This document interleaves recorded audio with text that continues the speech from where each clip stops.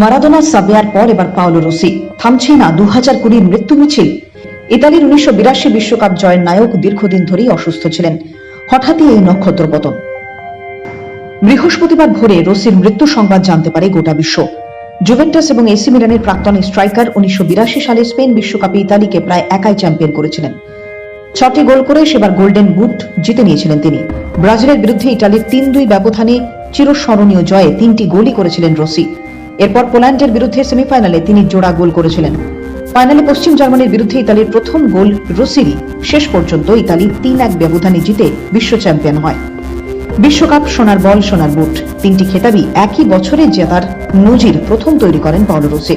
পরে এই কৃতিত্ব আর একজনই দেখিয়েছেন 2002 সালে ব্রাজিলের রোনাল্ডো। 1977 থেকে 1986 পর্যন্ত ইতালির হয়ে 48টি ম্যাচে 20টি গোল করেছেন তিনি। একটি ইউরোপিয়ান কাপও রয়েছে তার কেরিয়ারে। 64 বছর বয়সে এই কিংবদন্তি ফুটবলারের প্রয়াণ মানতে পারছেন না অগণিত ভক্ত।